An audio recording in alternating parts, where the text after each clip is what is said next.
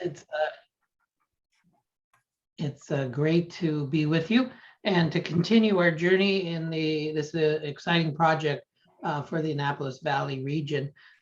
This is our online session, and thank you for participating. We held live sessions on the ground back in mid-December, early December, and had good attendance throughout the region. But this is an opportunity for us to communicate the message to you who were unable to attend that meeting. Since there's only, I think there's 15 folks on, maybe if I can get a sense of who's on the line today and who we're talking with, that'll be helpful. So Jean, if I could start with you, just your name and your affiliation would be great.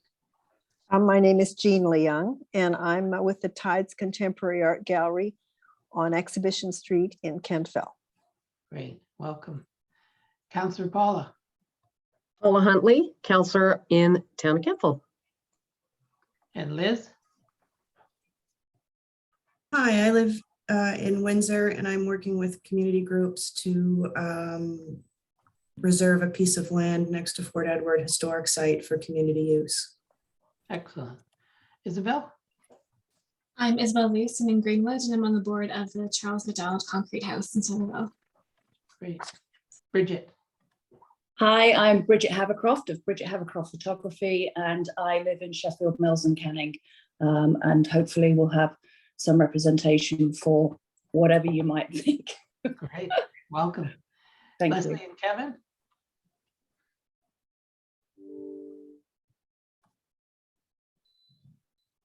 Hi, Leslie and Kevin Wright.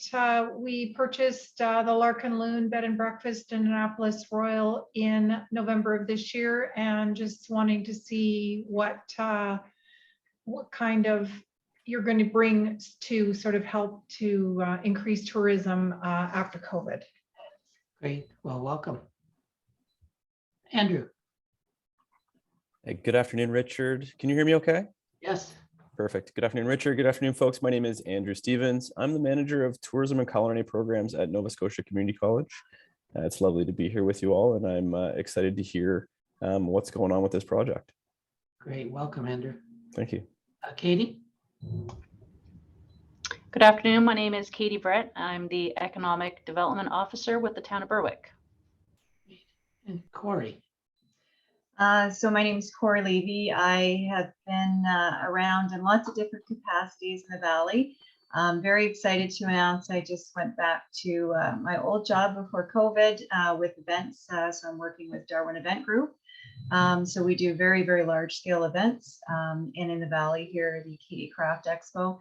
I'm very pleased to announce that we are just partnering with the town of Kentville and working on the Kentville Home Show. So very, very excited about that. I will be the main lead for that. So looking to get new events up and running in the Valley. So really excited to be on the call with everyone. Great, thank you. Nick? Hi, everyone. Nick Zamora, Manager of Community Development for the town of Wolfville. Welcome. And Paul? Oh, Paul, we can't hear you. I always forget to unmute, sorry. Paul Dixon, I'm the chair of the Valley Wren. Great, welcome. Councillor Joel. Hello, everyone. Councillor District 6, Municipality of the County of Kings. Just here to see what everyone has to say. Thank you. Great, welcome. And finally, and not last but not least, Jerome. Oh, hello. I'm just on my cell phone. Okay. I'm in BC on the ferry going to Victoria, and I'm in Wolfville normally, and I do ghost walks and wear tours. Okay, great. Welcome from the other side of the country. Well, that's great. We've got a good collection of folks today, so and we've got a lot to cover. So why don't I share my screen with you, and we'll get underway and begin our time together. Where are you?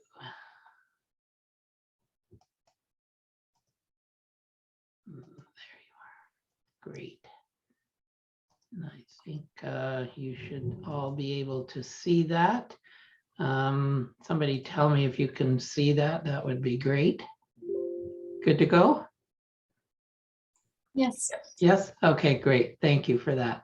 Yeah, so here we go. We're going to get started in our session. We've got a lot to cover, and I'm happy to sort of bring you up to speed on where we are in this important process. That's going to help us.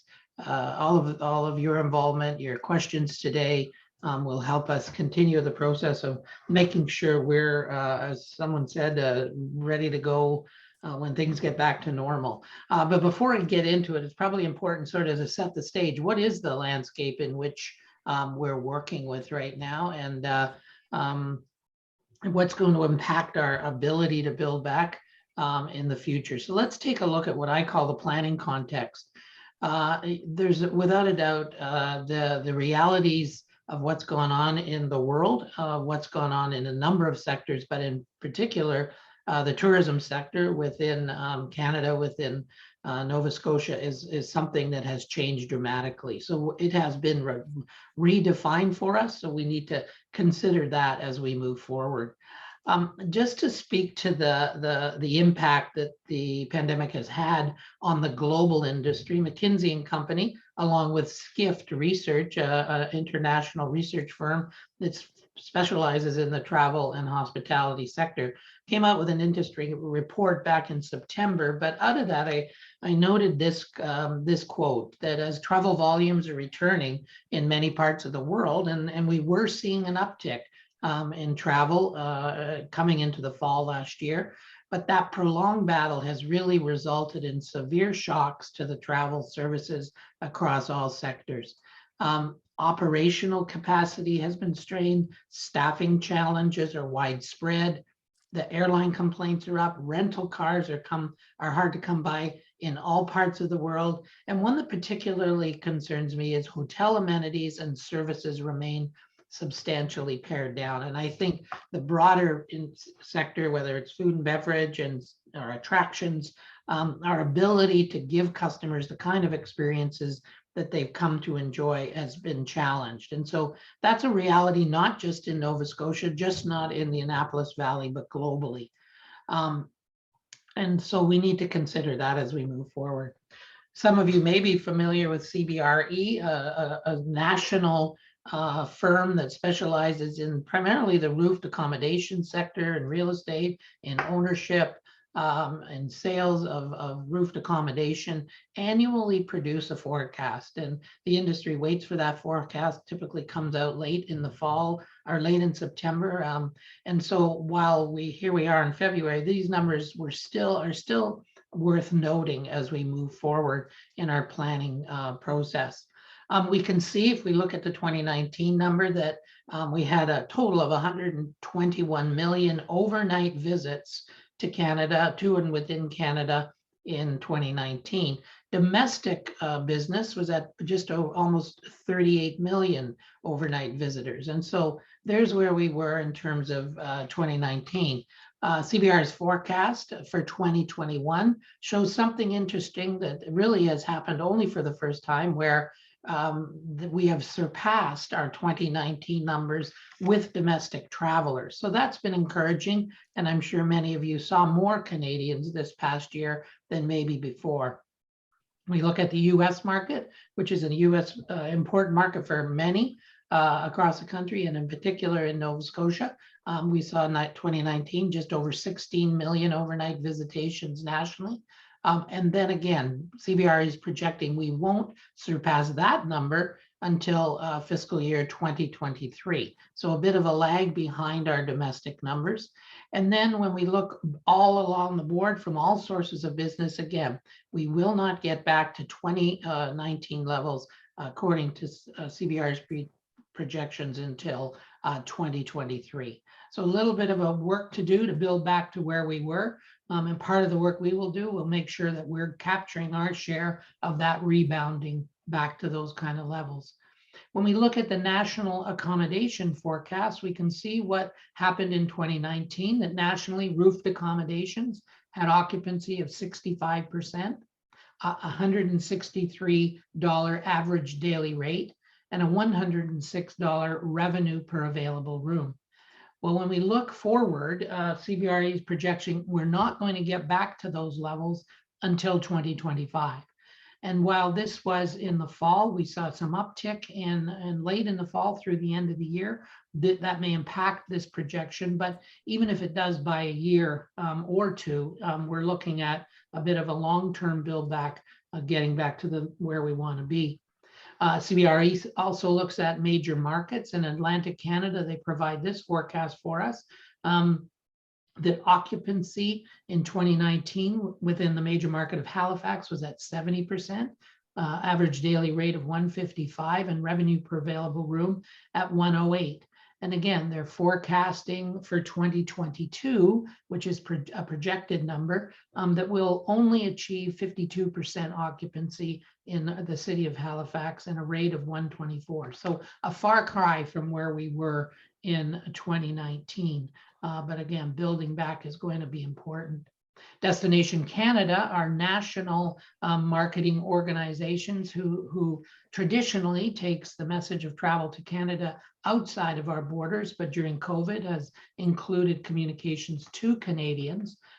Destination Canada forecast suggests that the Canadian tourism economy will increase to 78 billion in 2022, 21% over where we were in 2021.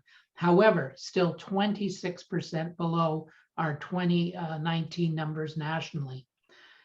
Travelers from international destinations projected that their revenue from those markets will increase from 2.6 billion in 2021 to 9 billion in 2022, but still 60% below 2019 levels.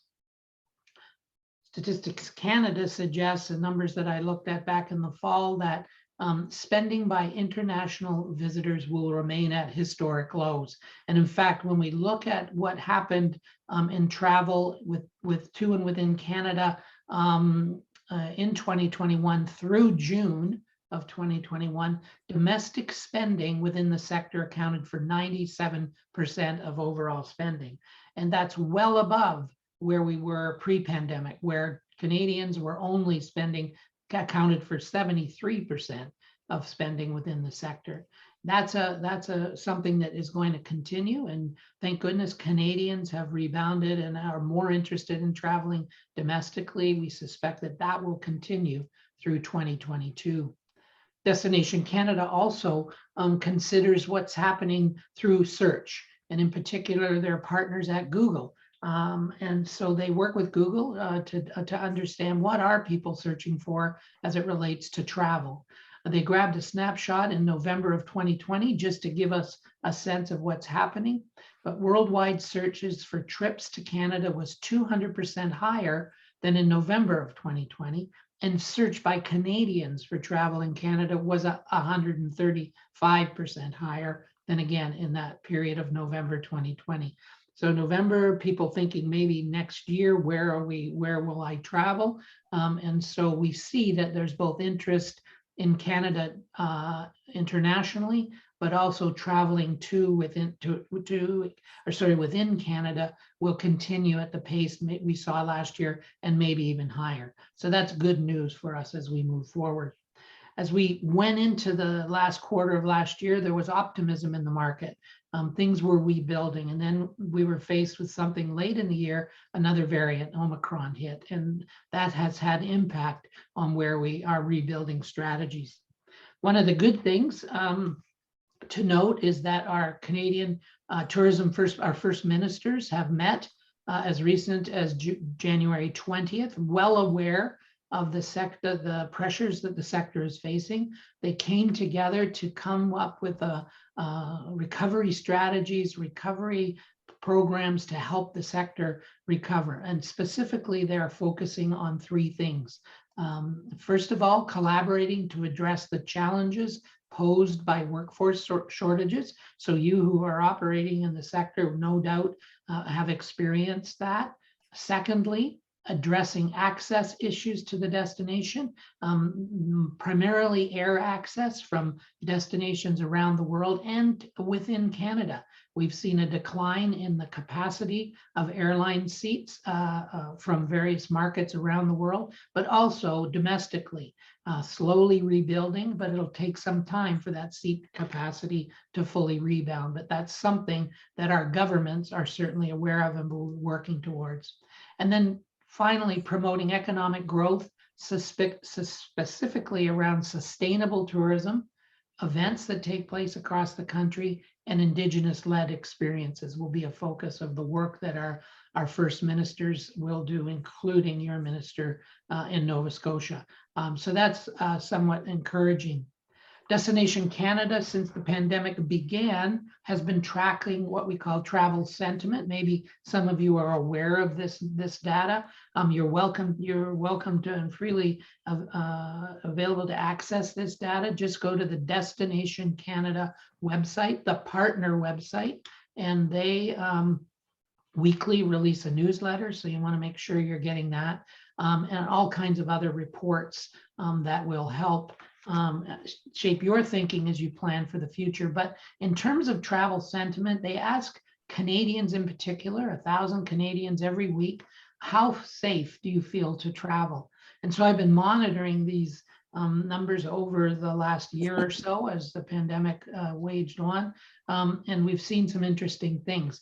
The comforting thing, or the encouraging thing, is even amidst Omicron, we can see pretty high levels of intentions to travel or comfort with traveling, certainly in communities near me. In my province, drops a little bit across the country, or whatever province you're in terms of traveling to other provinces. And understandably, Canadians' propensity to feel safe when they're traveling to the United States and internationally is low. I've been interested to watch what's happened since Omicron came onto the scene, and the numbers were not encouraging. They dropped. But these numbers, just from January 25th, the latest poll suggests that some optimism has come back. Since Omicron struck, there was a dip in the first part of this year based on what was happening. People's comfort level waned. But then again, as things have leveled out across the country, relatively speaking, that sentiment has increased. And we can see Atlantic Canadians, they have increased, even in 1 week, their willingness to consider traveling either in other provinces or internationally or to US destinations. So again, another good sign as we look forward. When we think about the US, that important market for us, Longwoods International, a renowned research firm, actually Canadian-based, but does a lot of work internationally, has done some work as well around US travel sentiment. And I had looked at data from just a week ago, and it was somewhat different than this. This is the latest wave, January 19th, and they're suggesting that this percentage of travelers planning trips in the next 6 months has risen to 91%, matching the highest level seen since the beginning of the pandemic. So again, the confidence level, comfort level is building back among the US traveler. A third of travelers now say that the virus will greatly impact their decision to travel in the next 6 months. That's significant, a third, but when you think it's down from 2/3 of travelers back in April 2020. So I think that bodes well for us in Canada and in Nova Scotia as Americans continue to feel more comfort traveling. I know a barrier right now is the testing requirements. Our national organization, Tourism Industry Association of Canada, along with your industry association in Nova Scotia and others across the country, are lobbying government every day to sort of begin to soften those vaccine requirement and testing requirements to come to Canada. And hopefully in the not too distant future, they will be eliminated or certainly pared back. And that again will build confidence going forward. why don't I stop there and maybe give you a chance to answer a question? Go off of mute, and if you have any questions around the tourism landscape, I'd be pleased to answer. Oh, beautiful. Yes, it's so beautiful.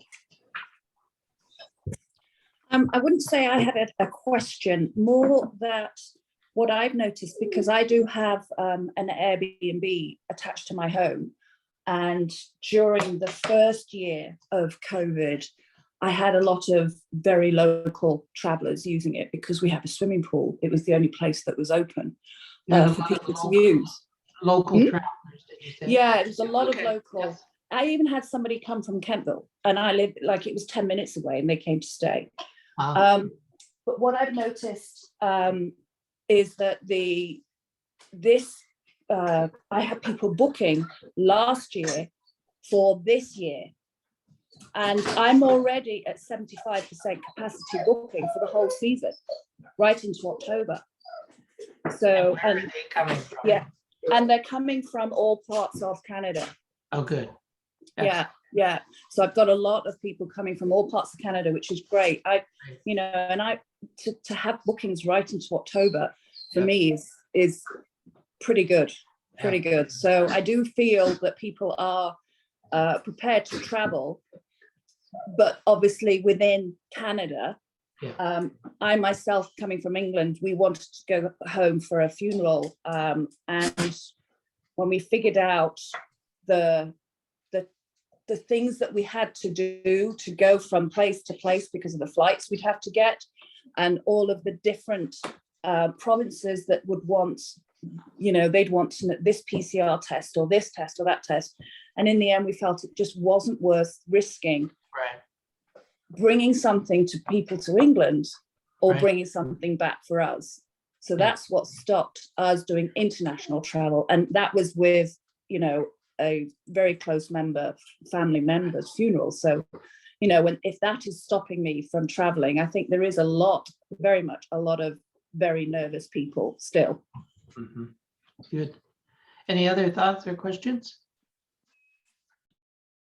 Well, great. Then I'll continue, and we'll move forward to the next section. So what is this project that we're embarking on? The STAR project, the Strategic Tourism for Areas and Regions process. Well, let me give you sort of a high-level overview of what it is. And again, we'll have opportunities to ask questions. The Valley Wren has taken the responsibility and the lead to facilitate this process. And as a result of a request for proposal process, I was pleasantly surprised to be awarded this contract. But in that RFP, sort of my marching orders were stated. And really the objectives are built within this statement that STAR will assist the Annapolis Valley region in becoming a sustainable tourism destination by exposing regional entrepreneurs and influencers to varied techniques and approaches designed for sustainability. The STAR process will focus the Valley Wren and the Annapolis Valley region on strategic planning, building tourism capacity, and experiential product development. So pretty clear direction. It just so happens that I have done this process in a number of other destinations, and I'm familiar with the process. And I've also done a lot of destination development, sort of not using the Tourism Atlantic ACOA process, but some of my own tools and modeling that I've developed over the years. And so the combination of the STAR process and the learning that I have had, in particular in the last 2 years as a result of the pandemic, I'll add some nuance to that process. But again, the marching orders are pretty clear of where we're going. The project is a partnership with the Valley Wren, again, acting as facilitators, Tourism Atlantic or COA, Tourism Nova Scotia, the First Nations communities within the region, our municipal partners, and then just recently Destination Canada, Again, I said that Destination Canada is our national marketing organization. They have somewhat broadened their role as a result of their pandemic, and have gotten involved in destination development or destination management. And so we are working with 2 people at Destination Canada, and they are very much interested in walking with us through this process. They're doing that in a number of other jurisdictions across the country. And the purpose of that is really to get a fix on what's happening on the ground nationally, to learn from one another. And Destination Canada will share the learning of what destinations are doing in one part of the country and share that with others, so that we collectively can build our tourism economy nationally as we go forward. So having Destination Canada at the table has been a great addition. But again, it's a partnership going forward, and that's important to note. The STAR process really is a strategic, collaborative, community-based tourism development through a regional lens. And it's important to sort of break that down a bit. And it's great that we have some elected officials on our call today. I hope that we can continue to engage you and your colleagues throughout the region. We've also will build into the process engaging with your residents. Tourism development used to really just focus on tourism businesses.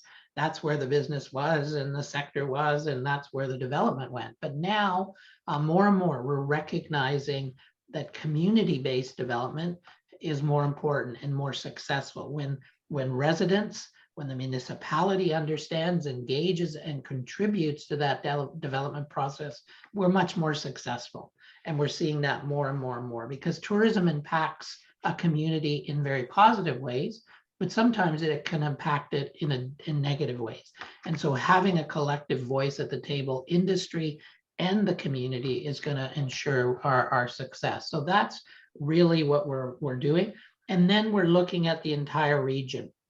This is a large geographic region made up of a number of municipalities and First Nations. And so we want to make sure that we're all working together. And so we'll approach it from a regional perspective as opposed to individual communities. That's I think one of the strong points about this process. When we talk about sustainable tourism, it's more than just environment, things that consider economic, environmental, social, and cultural dynamics. And so sustainable tourism really was defined very well through the United Nations Sustainable Development Goals. And destinations around the world, especially since COVID came, are really embracing those goals, along with other guidelines and guidance given by other national and international organizations. So the notion of having sustainable tourism core to our development will be important as we move forward. The process requires active participation from the tourism industry, from local organizations, from governments, communities, and residents, as I've mentioned. And so while the Valley Wren is facilitating the process, and Crystal and Jennifer and Rochelle are competent and qualified folks, they are not going to change the personality, the complexion, the attractiveness of the Annapolis Valley. It's going to be a combination of their abilities and skills to help facilitate as an enabler, but a collection of folks coming together. And so that's what will lead to our success, and that's what we'll strive to achieve throughout the process. The deliverable at the end of the process is a 3 to 5 year strategic regional tourism plan. So it will be the roadmap for the region to collectively grow the visitor economy responsibly and sustainably going forward. That is the goal. And it's a goal for the region, but as operators, you'll be able to determine what things can you do to enhance your own business. And you'll see that throughout the process. That learning will happen. Again, as I said, the Valley Wren facilitates the process, but it's everybody coming together who is really going to drive it. And I think it's wonderful that the Valley Wren has stepped up. There was a void in terms of there's no real a valley-wide tourism organization anymore. I understand there was, but the Valley Wren has recognized tourism as an economic development engine and made it part of their mandate at the present and facilitating this process to see where it goes. The other thing is we want to do is we've got provincial partners in Tourism Nova Scotia. And so we want to align with those provincial strategies as well. So when we go out into the marketplace, we're going out understanding with our partner at the province, because of the power of their presence, the more robust marketing dollars they have, development dollars they have. So we'll work with them closely throughout this process. Success will come when everyone collaborates to identify those regional opportunities and strategies that enhance the travel economy going forward. It's our working model, our model that we're working with. We have a working committee. We're just finalizing that. We made it known that we were looking for volunteers, and there's still an opportunity for you to express interest. If that's something you think you'd be interested in doing, I suggest you reach out to Rochelle or Crystal at the Valley Wren with your interest and a reason why you think you could serve on the committee. But we're meeting. We've had a small group have got us to this stage. We're meeting again with the broader committee next week, and they are my close-in advisors, if you will, to ensure that I'm keeping things on track. They're providing insights as I move forward, and they're very helpful. It's about 8 to 12 people, a chair or co-chairs, and they represent the various sectors, the various communities, whether they be not-for-profit association, a community group, a business, and it's also represented geographically. So any questions about the process? I'm going to go into the high-level STAR model. I'm going to go into some of the detail in a minute, but just do you have any questions at this stage?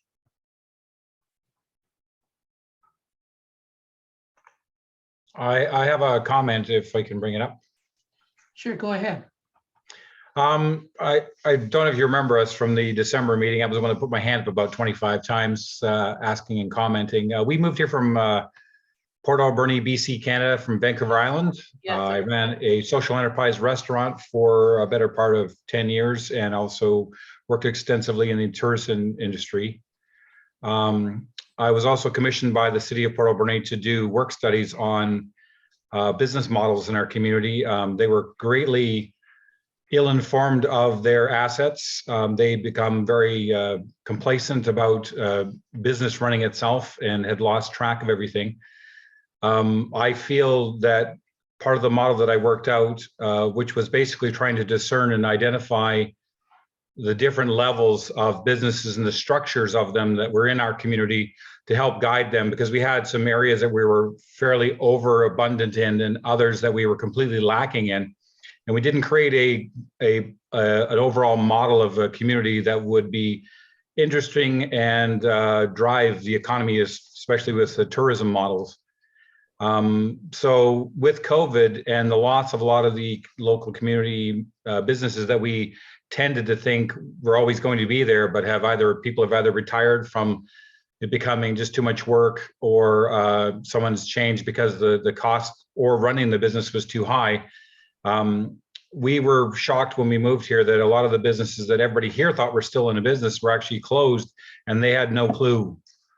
And so I think it's valuable if we can somehow start to look at determining different levels, accommodation, services, restaurants, and get a better picture of what has survived, what is going well, and what has to have some work done to it. Yeah, I would agree. And part of my process is to do not a inventory, if you would say, but certainly an assessment of the tourism assets present.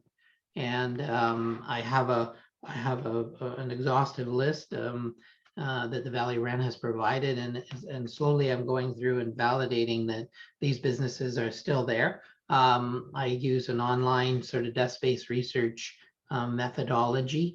That's what the customer uses, and so we'll do that. But there is no question that the capacity, what I call capacity of tourism businesses, has been affected by the pandemic. Whether businesses have closed completely, whether they will operate in a different kind of way, maybe not providing the level of service or products that they provided in the past, that will impact our ability to rebound. And so, Kevin, you make a good point, and that will be part of the process. So any other questions? Liz?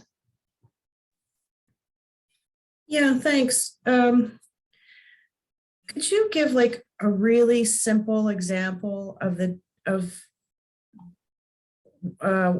sustainable tourism in the 4 different categories: economic, environmental, social, and cultural? Well, I think environment is the one we gravitate towards first. What impact is the visitor market having on our environment, whether that's our trails, our, they're using transportation, which has a carbon footprint. Are we taking steps to mitigate some of that impact? And so there's a number of things environmentally. From a social standpoint, I think it's being conscious of the people who live in the community. And what impact does tourism have on their lives? What impact does it have on the cost of living, the cost of housing, of food? We've seen over tourism in destinations that both impact the environment, impact the quality of life, impact the cost of goods. And so that's another dimension. Another aspect is ensuring that we have a workforce, a healthy workforce that is paid adequately with a living wage. And when we get to, we don't think that that's an issue in Canada. Other parts of the world, it's much more important in terms of that. It's also about protecting and celebrating our cultures and doing that respectfully and responsibly. So there's a number of dimensions to sustainable tourism development. I'd encourage you to just Google United Nations Sustainable Development Goals, and you really get some good examples. And again, what we'll do is draw from that learning in others' organizations to help shape some of the things we do. Oftentimes I'll go into a destination and the businesses have been struggling, and they are the least thing they're concerned about is over tourism. They want more tourism. But again, as we evolve and as we develop, responsible destinations consider all of these factors as in their development planning. So I hope that gives you a general sense of where we're going and what that means. Thank you for that. Any other questions? All right, well then I'll continue, and we'll have lots of time for discussion throughout the process. So there's a number of stages, 7 stages in the STAR process. And really the first stage is our startup and regional research. And so we have had a startup session with some advisors and the Valley Wren. I am in the midst of reading a lot of reports, plans, and studies. And again, every time I'm in front of a group, if there are feasibility studies, some reports you've done within your community at the municipal level, maybe you've had some proposals come forward in the past around tourism development, maybe they were shelved, they're not there. I'm interested in seeing those things. So please, if there's any studies that you think are relevant to tourism and tourism development, please share those with the Valley Wren and they'll get to me. But that's what I'm doing now. I'm looking at the provincial reporting that's going on, working closely with the research department at the province. In fact, I've worked with Anna in research at Tourism Nova Scotia.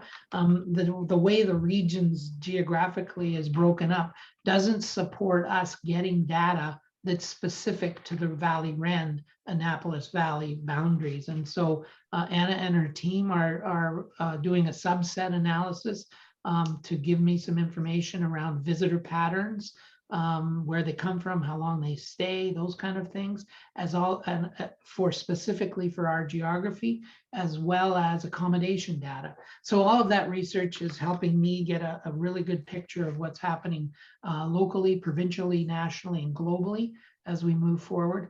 And then, as I mentioned, I'll do this high-level asset inventory to get an understanding from a desk-based perspective, what's on the ground. I'll supplement that when I'm on the ground in Nova Scotia to see some of those businesses, meet some of the operators, I had an opportunity to do that when I was there in December, and I'll continue to do that in every trip I make to the region. The second stage, and again, we've sort of gotten into this part as well. We're in the middle of 1 and 2. We've had a municipal session. So early on, after, we did invite our municipal stakeholders, elected officials and staff in a session very much like this one to let them know what we were doing, what the project was all about. As mentioned, we did our stakeholder sessions early in December and had great attendance throughout the region for those. I also got out on the ground December 6th and 7th. And Kevin, unless you remember, I did most of those sessions virtually. I had attended, in fact, I attended our National Tourism Conference the week before in Ottawa. And at the conference, someone tested positive for COVID. And the Sunday night before I was to start the sessions on December 5th, start the sessions in the Valley, I got an email that had occurred and I had to take the necessary precautions. So unfortunately, I delivered 3 of the 5 sessions or 4 of the 5 sessions from my hotel room in Windsor, which was not the plan, but prior to me being locked down and after I spent some time to get to travel throughout the region. But I continue to do that on every opportunity that I have. I'll be on the ground 5 times in total for the process. I did meet some folks when I was there as well, and so that will continue. And then again, working with the formation of the working committee and working with them as part of stage 2. Stage 3 is the next point in which we'll engage together, you and your peers throughout the region. I'll be on the ground at some point in March, probably early March is the plan now. We'll see how health protocols evolve. But we'll do a site visit. I'll do another meeting with the working group. And then we're going to come together for a visioning, benchmarking, idea generation session. I'll be able to then give you a sense of what I'm seeing in terms of my asset inventory and affirm a vision. We'll work around a vision. I'll have some ideas. And this is an opportunity for me to engage with all of the stakeholders, the tourism sector, the municipalities, residents, to just generate some thinking around where we want to go. And then again, I will be able to share where I think we are in terms of our sustainable market readiness. It'll identify the areas where we need to focus some attention, the things we can leverage to our benefit going forward, and then begin to identify and prioritize some regional development opportunities. So that's an important step at stage 3. I'll be back in the ground on April. And again, as my thinking evolves, validating some of this thinking through what we call coffee sessions. And so smaller groups scattered throughout the region, meeting with people just to get reactions. Might do it by sector, so meet with the heritage groups or perhaps the food and beverage sectors. Try to just engage as many people as possible. The coffee sessions tend to work very well in that regard. We'll also do a region-wide survey to get some feedback as well. And that will be important. And that'll take place some point in April. Stage 5 is really, we're getting close to the point where I will begin to put a draft plan together. And I'll be back in market in May and present that to you in a number of sessions throughout the region. Again, it's draft. Here's what we're thinking, here's what we're seeing, and here's where we think we should be focusing our attention. Part of that time with you will be presenting those things and getting your feedback. And then another part of it will be what we call a capacity building session. So I will do some kind of learning around, could be how to enhance your online presence, how to take advantage of TripAdvisor. I could do an experiential tourism development workshop. So again, you're coming together to provide input and feedback, but also if you're there, we're going to have an opportunity to learn together, perhaps an area that can help you in your business. That will be an important session as well. And then once that's complete, we get feedback and I move into that stage where I'm finalizing the plan and implementation begins. And then identification, I will identify other capacity building sessions, other areas of learning where I think the industry will benefit. And as part of this process, the Valley Wren has some budget dollars to hire someone who may be a specialist in social media. That's not my forte, but there's lots of people out there who could come in. And there's a number of vertical learning opportunities that the process sort of facilitates happening, and that happens in June. The good thing about this process, I don't go away after I drop my report on the table. I remain with you for 12 months. I'll do follow-up at the 3, 6, and 12-month phase. I call it a bit of a report card. I'll be in touch with the committee and with the Valley Wren and just meeting with them. How is it going? Where are some of the areas that you're succeeding? Where are you struggling? And provide some ongoing mentoring and coaching to ensure that the project has legs and you continue to develop the destination over, certainly going over the next year once the report has been delivered. So again, that's an overview, a more detailed overview of the process. Any questions about that?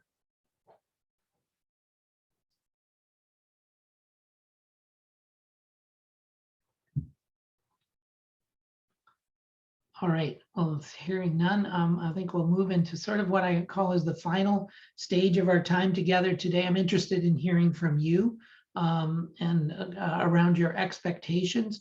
And so I have, I really have 2 questions for you. I want you to think about what I've just shared. I know it's been very high level and maybe pretty quick, but in terms of this project and this process, what's your number 1 expectation? What do you want to get out of this, this process? It's important for us to understand that, for me to understand that, because if you say one thing and I think, well, that's great, we're going to be able to deliver that, but maybe your expectations are not realistic. And again, I'd set that, I'd make sure that's known as well. And then the other thing, is there any barriers you think we need to consider going forward? What I need to think about? Are there any landmines out there that I should know about? That'll be helpful as well. And then an opportunity to hear from you on anything else you might be thinking as a result of our time together. So why don't you take a minute and just think about that, and then we can come together and answer those questions, your expectation and barriers, and that will be quite helpful.